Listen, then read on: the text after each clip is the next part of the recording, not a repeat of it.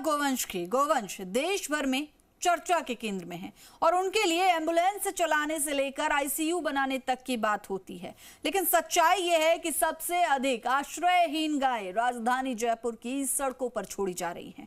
जयपुर में बीते साल की अगर बात करें तो हिंगोनिया पुनर्वास केंद्र में आश्रयहीन गौवंशों की संख्या 3 गुना बढ़ गई है। राजधानी जयपुर की सड़कों पर आवारा पशुओं के जमावड़े ने लोगों का चैन छीन लिया है। देखिए इस रिपोर्ट में। सड़क पर जरा संभल कर चलिए जनाब। स्मार्ट सिटी जयपुर की सड़कों पर आश्रयहीन मवेशियों का डेरा है।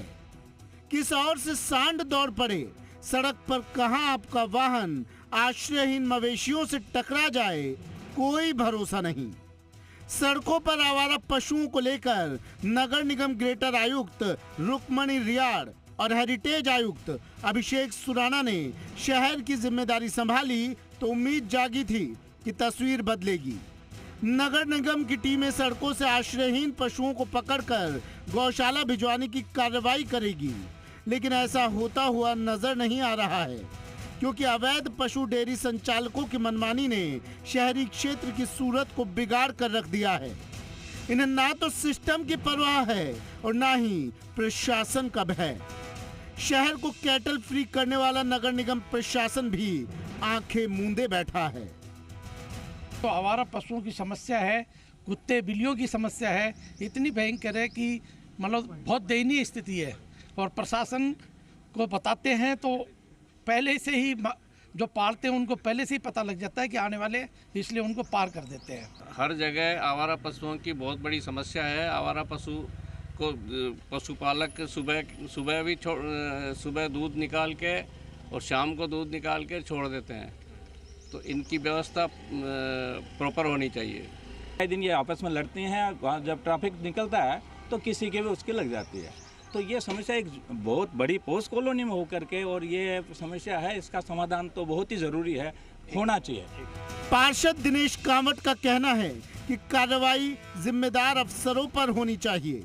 नगर निगम में इसके लिए अलग से पशु प्रबंधन की शाखा है। मोटी तनख्वाह ली जा रही है, लेकिन शहर को कैटल फ्री करने में नाकाम है। नगर निगम ने बाकायदा एक शाखा बना रखी है इसके लिए, पशु प्रबंधन शाखा। चेयरमैन भी है, कमिश्नर भी है, बड़ा एक लवाजमा स्टाफ के रूप में भी है। क्या कर रहा है वो, क्या परिणाम दे रहा है? जो चीज़ परिणाम नहीं दे रहा है तो फिर उसको क्यों रख रखा है? अगर फैक्ट्स पर नजर डालें तो शहर में 2 नगर निगम हेरिटेज और ग्रेटर हैं। पशु प्रबंधन शाखा में लंबी चौड़ी फौज है।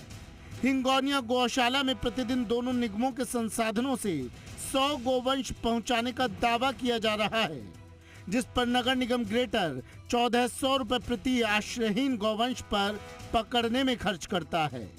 इसी तरह नगर निगम हेरिटेज 700 रुपए प्रति गोवंश पकड़ने पर खर्च करता है। नगर निगम ग्रेटर ने पूरा काम ठेके पर दे रखा है, जबकि हेरिटेज ने खुद के संसाधन लगा रखे हैं। नगर निगम ग्रेटर में 4 और हेरिटेज में 2 काऊ कैचर लगा रखे हैं।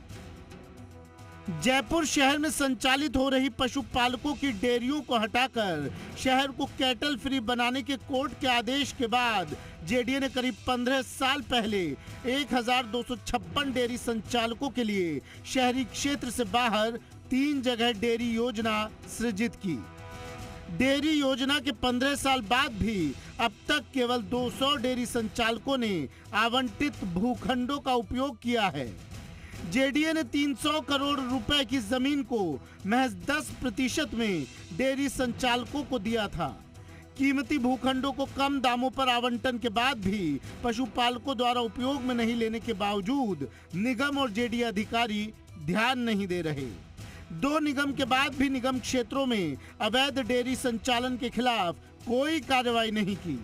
जेडीए के जोन 13 रमल्यावाला डेयरी योजना सीकर रोड, हरचंदपुरा डेयरी योजना आगरा रोड और जेडीए जोन 14 में वाटिका रोड पर सूरजपुरा भाटावाला डेयरी योजना बनाई गई थी। भूखंडों पर नगर निगम जयपुर की सीमा में आने वाले डेयरी संचालकों को निर्धारित दर आवंटन किया था। हाईकोर्ट की जयपुर बेंच ने साल 2012 में शहर की सड़कों पर खुले में घूमते हुए पशुओं से आए दिन दुर्घटनाएं होने पर शहर को कैटल फ्री करने का आदेश दिया था। नगर निगम क्षेत्र में हाईकोर्ट के आदेश के बाद भी शहर में 360 डेयरियां संचालित की जा रही हैं। जिला प्रशासन को सौंपे आंकड़ों के अनुसार निगम हेरिटेज में 110 और निगम ग्रेटर में 250 डेयरियां संचालित हो रही हैं। इन आवारा पशुओं को पकड़ के यहाँ से गौशाला हिंगोनी गौशाला में भिजवाया जा रहा है। पिछले 2 महीने में 1200 से अधिक हम भिजवा चुके हैं। चूँकि अभी निगम में संसाधन सीमित है, हमारे पास 2 ही काऊ कैचर हैं, तो आफ्टर एमसीसी हम ज़्यादा काऊ कैचर परचेज करने या प्रोक्योर करने की प्रयास कर रहे हैं और इसके बाद ये कार्रवाई और भी तेज़ कर दी जाएगी। बहरहाल सवाल ये है कि प्रतिदिन 100 आश्रयहीन गौवंश को पकड़कर हिंगोनिया गौशाला में भिजवाने के बाद शहर की सड़कों पर इनकी संख्या बढ़ती क्यों जा रही है? आखिर इतनी बड़ी संख्या में आश्रयहीन गौवंश शहर में आ कहां से रहे हैं? कौन इन्हें सड़कों पर छोड़ रहा है? दीपक गोयल, जी मीडिया, जयपुर।